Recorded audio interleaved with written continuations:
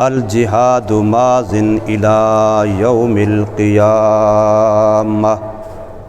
صدق اللہ و صدق رسولہ النبی الکریم ونحن علی ذلک لمن الشاہدین والشاکرین والحمد للہ رب العالمین۔ اللہم صلی علی محمد وعلی آل محمد کما صلیت علی ابراہیم وعلی آل ابراہیم انک حمید مجید۔ اللہم بارک علی محمد وعلی آل محمد کما بارکت علی ابراہیم وعلی آل ابراہیم انک حمید مجید۔ محترم دوستو، بزرگوں، بھائیوں، اللہ تبارک و تعالی کا احسان، فضل، کرم ہے کہ اس نے ہمیں حضور نبی کریم صلی اللہ علیہ وسلم کی امت میں سے صاحب ایمان بنایا ہے۔ آقا کریم محمد الرسول اللہ صلی اللہ علیہ وسلم اللہ تبارک و تعالی کے آخری نبی ہیں۔ حضور نبی کریم صلی اللہ علیہ وسلم پر سلسلہ نبوت اپنی تکمیل کو پہنچا ہے، اس لیے ختم نبوت کا صحرا، ختم نبوت کا تاج حضور نبی کریم صلی اللہ علیہ وسلم کے سر مبارک پر سجایا گیا ہے۔ باقی نبی جو حضور صلی اللہ علیہ وسلم سے پہلے آئے، کوئی کسی علاقے کا نبی تھا، بالکل بند ہے کہ چل رہا ہے؟ باقی نبی جو حضور صلی اللہ علیہ وسلم سے پہلے تشریف لائے، کوئی کسی علاقے کا نبی تھا، کوئی کسی خاص قوم لوگوں کا نبی تھا، کوئی کسی خاص زمانے اور وقت تک کا نبی تھا، مگر ہمارے پیغمبر محمد الرسول اللہ صلی اللہ علیہ وسلم وہ ساری دنیا کے لیے، سارے زمانوں کے لیے، سارے لوگوں کے لیے، بلکہ ساری مخلوقات الہیہ کے لیے نبی ہیں۔ جتنے پہلے نبی آئے، ہر نبی اپنی اپنی امت کا نبی تھا۔ میرے اور آپ کے پاک نبی محمد الرسول اللہ صلی اللہ علیہ وسلم اپنی امت کے بھی نبی، پہلی نبیوں کی امتوں کے بھی نبی، حتیٰ کہ پہلے نبیوں کے بھی نبی، پہلے رسولوں کے بھی نبی ہیں۔ حضور صلی اللہ علیہ وسلم کے جو صفاتی نام، جن کو ہم اسماء حسنہ کہتے ہیں، قرآن مجید کے آخر میں اکثر لکھے ہوئے ہوتے ہیں۔ وہاں اگر آپ دیکھیں تو وہاں لکھا کھڑا ہوگا حضور صلی اللہ علیہ وسلم کے بارے میں کہ آپ صلی اللہ علیہ وسلم نبی القبلتین ہیں۔ قبلہ جو مکہ مکرمہ میں ہے بیت اللہ، اور قبلہ جو فلسطین میں ہے مسجد اقصی، بیت المقدس، بیت اللہ اور بیت المقدس، ان دونوں کے نبی ہیں۔ آپ صلی اللہ علیہ وسلم کے علاوہ جتنے نبی ہیں وہ کسی ایک قبلے کے نبی ہیں، دونوں قبلوں کے نبی نہیں ہیں۔ اور حضور صلی اللہ علیہ وسلم کے صفاتی ناموں میں یہ نام بھی ملے گا کہ آپ امام القبلتین ہیں، کہ آپ نے کعبۃ اللہ، بیت اللہ، مکہ مکرمہ میں یہاں بھی امامت فرمائی ہے، اور آپ نے بیت المقدس، مسجد اقصی، قبلہ اول، وہاں بھی رسول اللہ صلی اللہ علیہ وسلم نے امامت فرمائی ہے۔ یہاں حضور صلی اللہ علیہ وسلم نے مکہ میں اپنی امت کی امامت کی ہے، اور وہاں رسول اللہ صلی اللہ علیہ وسلم نے تمام نبیوں کی امامت فرمائی ہے۔ تو آپ امام القبلتین بھی ہیں، اور آپ نبی القبلتین بھی ہیں، اور یہ صفت صرف اور صرف میرے اور آپ کے پاک نبی محمد الرسول اللہ صلی اللہ علیہ وسلم کی ہے۔ ہمارے نبی کے علاوہ کسی اور نبی کی یہ شان نہیں ہے۔ تو ہم کتنے خوش قسمت ہیں، اللہ نے ہمیں کیسا عظمتوں والا نبی دیا ہے۔ میرے اور آپ کو جو کتاب ملی ہے قرآن مجید، یہ بھی ساری پہلی کتابوں کا خلاصہ ہے، ان کا نچوڑ ہے، ان کا مکھن ہے، ان کی کریم ہے۔ اور تمام کتابوں کے بارے میں قرآن اعلان کر رہا ہے کہ آپ مصدق ہیں، یعنی تورات، انجیل، زبور، ان تمام کتابوں کے اندر جو اصولی مضامین ہیں ان تمام کی قرآن مجید تصدیق کرتا ہے، ان کو سچا بتلاتا ہے۔ اور محمد کریم صلی اللہ علیہ وسلم بھی اپنے سے پہلے والے تمام نبیوں کی تصدیق کرتے ہیں۔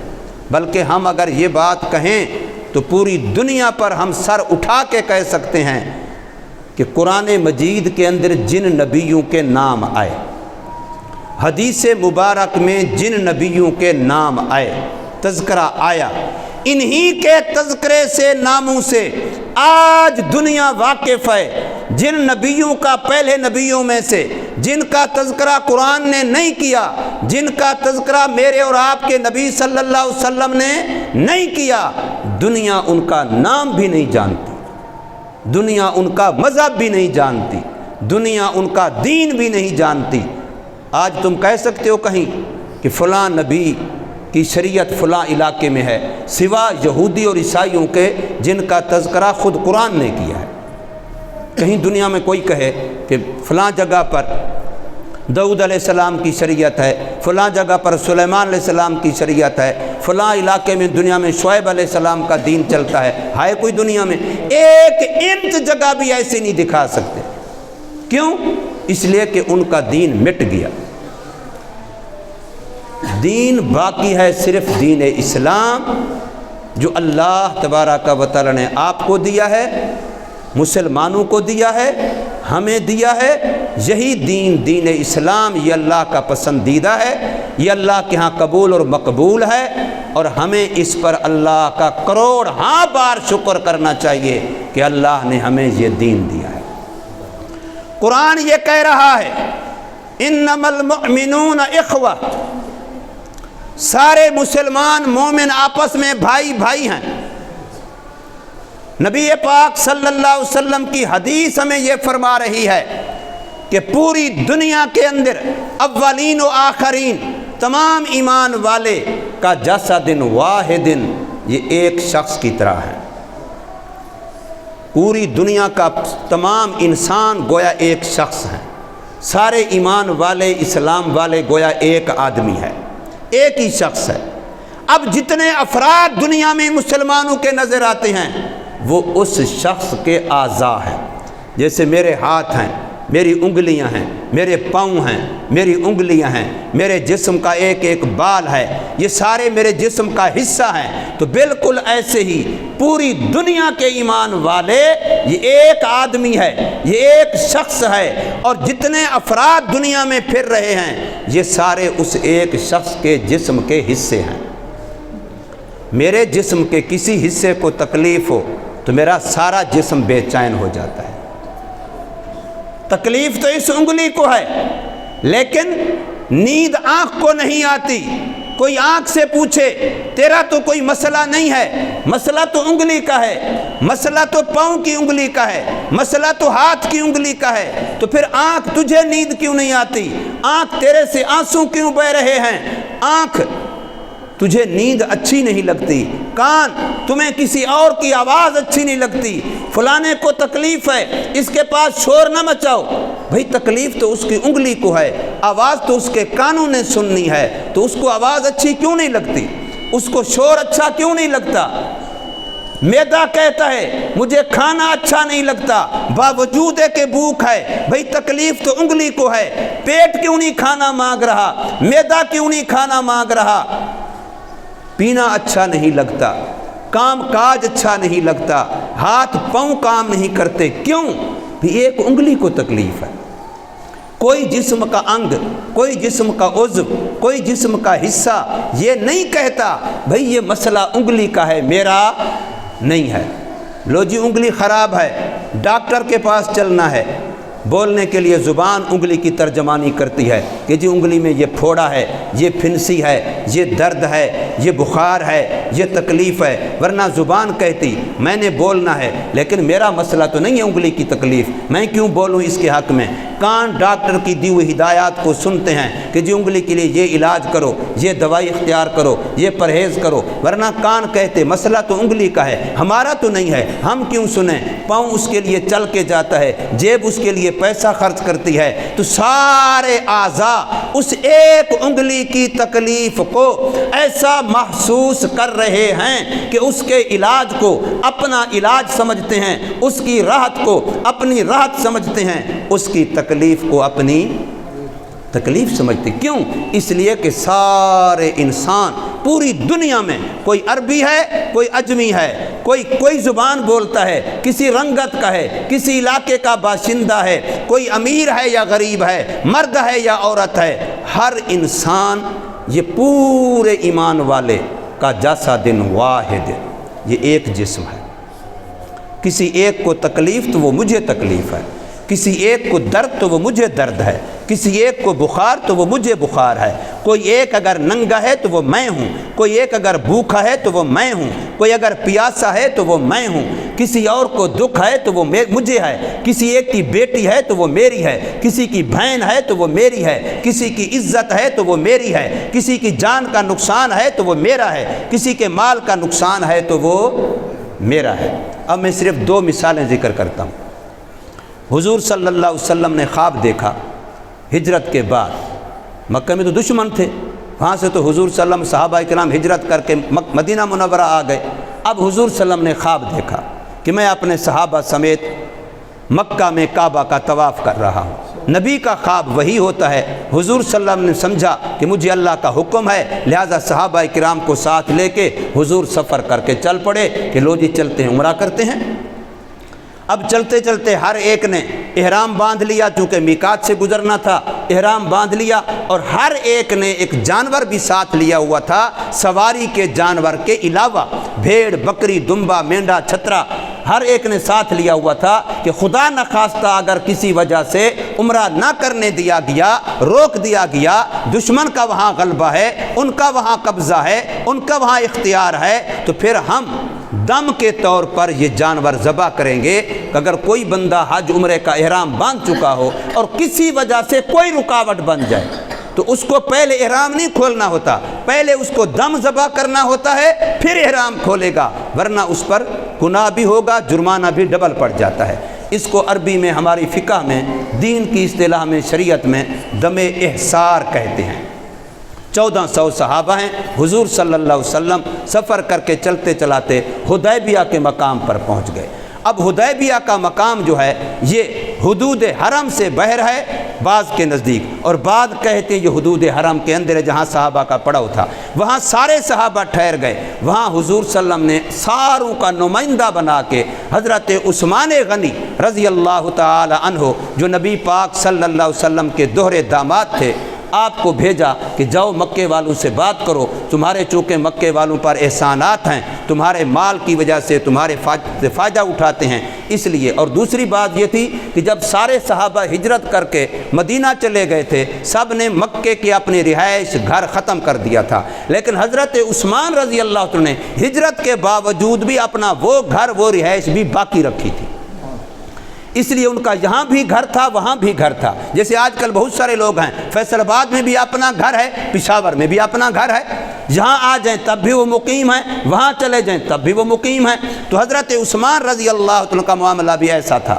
اب وہاں بھیج دیا گیا، مذاکرات ہوئے، انہوں نے بات نہ مانی، حضرت عثمان رضی اللہ عنہ کی بات نہ مانی، مسلمانوں کو عمرہ کرنے کی اجازت نہ دی۔ بہرحال طے یہ ہوا کہ اگلے سال تم قضا کر سکتے ہو، اس سال تمہیں خالی واپس جانا پڑے گا۔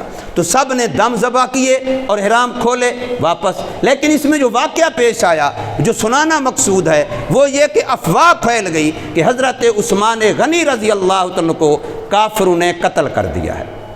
یہ افواہ پہنچ گئی کن کو؟ صحابہ کرام کو مقام حدیبیہ پر جو حضور صلی اللہ علیہ وسلم کے ساتھ تھے۔ 1400 صحابہ ہیں تقریباً۔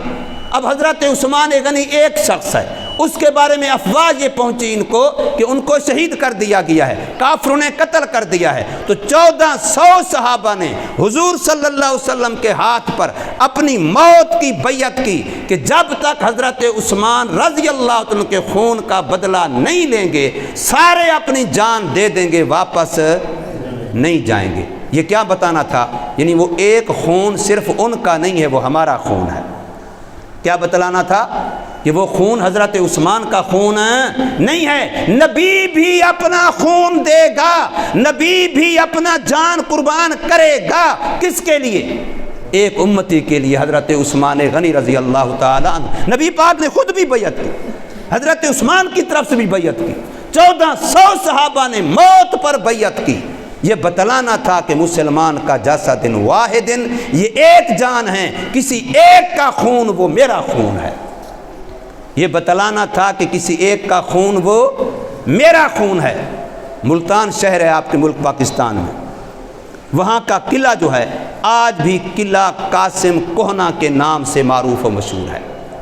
آپ نے سب نے سنا ہوگا، دیکھا ہوگا، وہاں پر بہت بڑے ایک اللہ والے کا مزار بھی ہے، لوگ وہاں جاتے ہیں جو ملتان میں اس مزار پر بھی جاتے ہیں۔ قلعہ قاسم اس کا نام کیوں ہے؟ اس کو قلعہ قاسم کیوں کہتے ہیں؟ یہ قاسم مدینہ طیبہ کا باشندہ ہے، یہ قاسم یہاں کا نہیں ہے۔ اس دھرتی پر ایک مسلمان عورت کی عفت سے، عزت سے، جان سے ایک دشمن کھیلتا ہے۔ ایک مسلمان عورت، ایک مسلمان بیٹی، ایک مسلمان بہن، ایک مسلمان ماں، اس کی عزت کے ساتھ اس دھرتی پر اس وقت ابھی پاکستان کا نام و نشان نہیں تھا، اس پر ایک بدبخت کھیلتا ہے، اس کی عزت پہ ہاتھ ڈالتا ہے، اس کی خون کی ہولی بہاتا ہے، تو وہ مسلمان عورت صرف ایک دفعہ چیخ کے یہ آواز نکالتی ہے، کہاں گئے صحابہ کے وارث، کہاں رہ گئے مسلمان جو میری عزت کی حفاظت کریں، جو میرے خون کی حفاظت کریں، وہ میرے ایمان والے بھائی کہاں رہ گئے؟ بس یہ آواز تو اس نے یہاں لگائی، ہند و پاک میں لگائی، ہفتہ لگا یا دن لگے، یہ آواز مدینہ طیبہ میں پہنچی کہ ایک مسلمان بیٹی نے، ایک مسلمان بہن نے، ایک مسلمان عورت نے اپنے مسلمان بھائیوں کو پکارا ہے اور اپنی جان دیتے ہوئے پکارا ہے، اپنی عزت قربان کرتے ہوئے پکارا ہے۔ تو وہاں سے محمد بن قاسم وہاں سے مسلمانوں کا لشکر لے کے چلا اور وہاں سے چلتا ہوا اس کی شہادت، اس کی وفات یہاں ملتان میں آ کر کے ہوئی۔ پورا سندھ فتح کر کے آیا اور ملتان تک پہنچا جہاں آج قلعہ قاسم کوہنا موجود ہے ملتان میں۔ یہ اس ایک بہن کی آواز پر عرب سے مسلمان چلا تھا، لو لشکر لے کے چلا تھا ایک مسلمان بہن کی عزت کے لیے۔ اور آج مسلمانوں کون سا وہ محلہ ہے جس محلے میں میری بہن کی عزت کو تار تار نہیں کیا جا رہا؟ کون سا وہ ایک گلی ہے، کون سا وہ ایک علاقہ ہے؟ کوئی ایک شہر تو بتاؤ، کشمیر کا بتاؤ، عراق کا بتاؤ، افغانستان کا بتاؤ، اور آج میرے لو لہان فلسطین کا بتاؤ۔ کتنے مسلمان، کیا تم لوگ جو سوشل میڈیا پر تصویریں دیکھ دیکھ کے مزے لیتے ہیں، کیا وہ بہنیں میری نہیں ہیں؟ کیا وہ مائیں میری نہیں ہیں؟ وہ بیٹیاں میری نہیں ہیں؟ وہ بچے 8000 تو صرف بچہ شہید ہو چکا ہے، معصوم بچے، میری گود میں میرا بیٹا، وہ بھی لہو میں لت پت۔ ایک بچے نے صرف اتنا ہاتھ اٹھایا ہوا ہے، یہاں سے آگے اتنا ہاتھ، اپنے کسی باپ کا، بھائی کا، کسی کا، صرف اتنا ہاتھ اٹھا کے کھڑا ہے اور کچھ نہیں اس کے ہاتھ میں، صرف یہ لاشے کا ٹکڑا لے کے کھڑا ہے۔ آج محمد بن قاسم کہاں گیا؟ آج سلطان صلاح الدین ایوبی کہاں گیا؟ کیا یہ امت اتنا بانجھ ہو چکی ہے؟ ہاں ہو چکی ہے۔ آج مردوں نے چوڑیاں پہنی ہیں اور عورتوں نے مجاہد جننے چھوڑ دیے ہیں۔ اب فلسطین میں کیا ہو رہا ہے؟ میں عرض کر رہا ہوں کہ 8000 تو صرف معصوم بچہ، 3 لاکھ سے زیادہ فلسطینی مسلمان اس وقت بے گھر ہو چکے ہیں۔ کوئی میری جھونپڑی آ کے چلا دے، کوئی میرا مکان آ کے گرا دے تو پھر میرے دکھ کا اندازہ ہوگا۔ اگر وہ میرا گھر ہے، وہ میری بہن ہے، وہ میری ماں ہے، وہ میرا بھائی ہے، وہ بچہ میرا ہے، تو پھر مجھے احساس ایسے کرنا چاہیے کہ وہ 3 لاکھ فلسطینی نہیں، وہ 3 لاکھ میرے بھائی ہیں، وہ 3 لاکھ میرے گھر ہیں جن کو مسمار کر دیا گیا ہے۔ اور ان کا جرم کیا ہے؟ ان کا جرم یہ ہے کہ وہ کہتے ہیں کہ مسجد اقصی ہماری ہے، وہ کہتے ہیں بیت المقدس ہمارا ہے۔ کیوں نہ کہیں؟ معراج کے موقع پر اللہ تعالیٰ نے محمد صلی اللہ علیہ وسلم کو مکہ سے براق پہ بٹھایا، بیت المقدس لے گئے، ورنہ اللہ معراج مکہ سے اوپر آسمانوں کی طرف نہیں کرا سکتا تھا؟ اللہ نے معراج کے موقع پر حضور صلی اللہ علیہ وسلم کو پہلے یہاں سے بیت المقدس بلایا، بیت المقدس سے پھر 7 آسمانوں کی سیر کرائی، واپسی پر تمام نبیوں کو وہاں جمع کر کے ان کی امامت کروائی۔ پھر حضرت عمر رضی اللہ تعالیٰ عنہ اپنے دور خلافت میں بیت المقدس میں فاتح بن کے گئے ہیں کہ نہیں گئے؟ اور پھر فتح بھی کیسے ہوئی کہ ان کے مولوی، ان کے علماء، ان کے اہل علم انہی کی کتابیں لے کے کھڑے تھے کہ ہماری کتابوں میں موجود ہے مسلمانوں کا خلیفہ آئے گا، یہ نشانیاں ہوں گی، ہم اپنی کتابیں دیکھ رہے ہیں، اس خلیفے کو دیکھ رہے ہیں، اگر نشانیاں ساری پائی گئی ہم جنگ نہیں کریں گے، چابیاں ان کے حوالے کریں گے، اور حوالے کی ہیں۔ وہ تو خود مان رہے ہیں کہ یہ قبلہ کن کا ہے؟ اب مسلمانوں کا ہے، حضرت عمر کے حوالے کیا۔ یہ تو نہیں کہا کہ ہم بنی اسرائیل ہیں، یہ بنی اسرائیل کا قبلہ ہے لہذا تمہارا حق نہیں ہے، یہ ہمارے پاس رہنا چاہیے، ہمارا حق ہے۔ پھر اس کے بعد سلطان صلاح الدین ایوبی جو ہمارا ہیرو ہے، اللہ تعالیٰ کی کروڑہاں رحمتیں ہوں اس مجاہد کی قبر پر، طارق بن زیاد، وہ لوگ انہوں نے اپنی جانوں پر کھیل کر کے کیا بیت المقدس کو آزاد نہیں کروایا تھا؟ وہ مسلمانوں کے ہیرو نہیں تھے؟ تو پھر جب حضور صلی اللہ علیہ وسلم بھی معراج کے موقع پر یہ مجھے دے رہے ہیں بیت المقدس، حضرت عمر بھی بیت المقدس مسلمانوں کو دے رہے ہیں، اور سلطان صلاح الدین ایوبی بھی بیت المقدس مسلمانوں کو دے رہا ہے، تو آج کوئی یہ کہے وہ جی وہ تو بنی اسرائیل کا ہے، وہ تو پہلے نبیوں کا ہے، وہ انہی کا ہے تو انہی کے پاس رہے، یہ کتنا غلط بات ہوگی۔ یہ حضور صلی اللہ علیہ وسلم کے معراج کی بھی نفی ہوگی، یہ حضرت عمر رضی اللہ تعالی عنہ کے اس فاتح ہونے کی بھی نفی ہوگی، اور سلطان صلاح الدین ایوبی کے جہاد کی بھی نفی ہوگی۔ اس لیے میرے بھائیوں، میں اور آپ اور کچھ نہیں کر سکتے، خدا کے لیے ان کے لیے رو تو سکتے ہیں، اور ہمارا رونا کیا ہے؟ میں ہاتھ باندھ کے مسلمانوں سے کہتا ہوں جو اس وقت جمعے میں آ کے بیٹھیں گے، جو جمعہ اس مسجد میں پڑھیں گے، خدا کے لیے میں آپ سے ہاتھ باندھ کے اتنا پوچھوں کہ آج صبح کی نماز کس کس نے پڑھی تھی؟ تو اکثروں کا جواب نفی میں ہے۔ پھر جماعت والے تو پورے محلے کی مسجدوں میں جماعت والے کسی مسجد میں 5 نظر آتے ہیں، کسی مسجد میں 10 نظر آتے ہیں، کسی مسجد میں 3 نظر آتے ہیں۔ کیا میرے گھر میں لاشیں پڑے ہوں، میرے گھر میں بچے تڑپ رہے ہوں، میرے گھر میں عورتوں کی عزت تار تار ہو رہی ہو، میں اس طرح سکون سے سوؤں گا کہ مجھے اذان کی آواز بھی سنائی نہیں دے گی، مجھے کوئی مولوی کی بات بھی سنائی نہیں دے گی، مجھے مسجد کا راستہ نظر نہیں آئے گا، مجھے نماز یاد نہیں ہوگی؟ کیا یہ ہو سکتا ہے کہ اگر اس خون کو میں نے اپنا خون سمجھا ہوتا تو ہم یوں غفلت کی نیند سو رہے ہوتے، یوں بے ہوشی کی نیند سو رہے ہوتے، اور یوں پڑے ہوتے کہ گویا مسلمانوں کو یہاں نماز صبح کی اذان ہوئی نہیں ہے؟ ایسے ایسے گھر میں جانتا ہوں، اپنے محلے میں جانتا ہوں کہ 8 وہاں ایسے بندے ہیں ایک گھر کی چھت کے نیچے جو 8 کے 8 بالغ نماز ان پر فرض ہے، لیکن صبح کی نماز کے وقت ایک بھی نہیں اٹھا۔ کیا اس پر اللہ کی طرف سے ہمارے لیے رحمتیں نازل ہوں گی؟ مدد کو فرشتے آئیں گے، پھر کہتے ہیں کہ یا اللہ بدر میں تیرے فرشتے آئے تھے تو اب کیوں نہیں آتے؟ فلاں جگہ پر یا اللہ تیری مدد آئی تھی اب کیوں نہیں آتی؟ اس وقت سلطان صلاح الدین ایوبی تھا اب کیوں نہیں ہے؟ اس وقت محمد بن قاسم عرب سے آیا تھا اب کوئی کیوں نہیں اٹھتا؟ اس لیے اٹھتے کہ امت بانجھ ہو چکی ہے، اب امت نہیں رہی، اب امت نہیں رہی۔ کنتم خیر امت اخرجت للناس، اللہ کا کلام تو بار بار آپ کو امت کہہ رہا ہے، مسلمانوں تمہیں امت کہہ رہا ہے۔ اللہ کا نبی بار بار تمہیں پکار رہا ہے، لیکن افسوس ہے کہ ہماری آنکھوں میں آج وہ پانی نہیں رہا جو آنسو کی شکل میں نکلتا، ہمارے سینے میں وہ دل نہیں رہا جو کسی مسلمان کے درد میں دھڑکتا، کسی مسلمان کے لیے پھڑکتا، کسی مسلمان کے دکھ کو، درد کو ہم اپنا درد سمجھتے، خدا کے لیے کچھ نہیں کر سکتے۔ 5 وقت کی نماز پڑھ کے جھولی تو پھیلا سکتے ہیں اللہ کے سامنے، 5 وقت کی نماز پڑھ کے میری ماں نے جھولی پھیلائی ہو، میری بہن نے جھولی پھیلائی ہو، میری بیٹی نے جھولی پھیلائی ہو، ہر گھر کا ہر بندہ، بچے بھی، یا اللہ وہ میرے بھائی شہید ہو رہے ہیں، یا اللہ وہ میرا خون بہ رہا ہے، یا اللہ اب فتوے دیے جا رہے ہیں، وہ جی جہاد فرض ہوا کہ نہیں ہوا؟ بھی جہاد انہی پر فرض ہوگا جنہوں نے فرض نماز نہیں پڑھی، یہ جہاد فرض کریں گے؟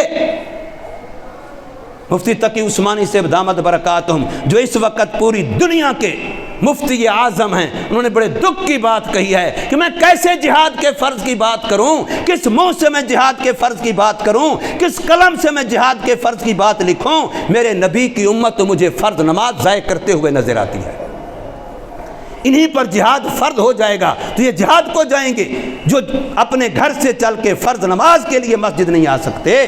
خدا کے لیے، خدا کے لیے، خدا کے لیے مرنا ہے، اللہ کو جواب دینا ہے۔ میری چیخ و پکار کوئی نہیں سنے گا، میرا رب تو سن رہا ہے، میرا رب تو دیکھ رہا ہے کہ میں اپنا حق ادا کر رہا ہوں، تمہارے سامنے جھولی پھیلا رہا ہوں، اللہ کے لیے تم سے بھیک مانگ رہا ہوں، اور کچھ نہ کرو، ہمیں کچھ نہ دو، کسی کو کچھ نہ دو، میرا نہیں بنتا تو نہ بن، اپنا تو بن۔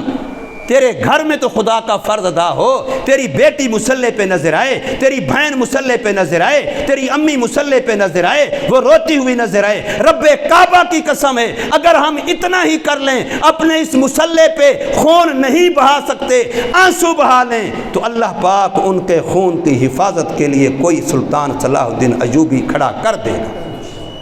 امت کی آہیں بقائیں ضائع نہیں جائیں گی، لیکن کوئی آہو بقا کرنے والا تو ہو، کوئی اللہ سے مانگنے والا تو ہو، کوئی رونے والا تو ہو، کوئی تڑپنے والا تو ہو، کوئی پھڑکنے والا تو ہو۔ پھر احساس اتنا مٹ گیا ہے، میں نے نماز نہیں پڑھی ہے، میں نے فرض ادا نہیں کیا ہے، مجھے احساس بھی نہیں ہے کہ میں نے کوئی نقصان کیا ہے۔ میں کئی دفعہ مثالیں دے کے عرض کرتا ہوں، میرا بیٹا 200 روپے کا نقصان کر کے آ جائے، اس کو تھپڑ لگ جاتے ہیں، وہ 5 نمازیں ضائع کر کے بیٹھا ہو، باپ اسے اف تک نہیں کہتا۔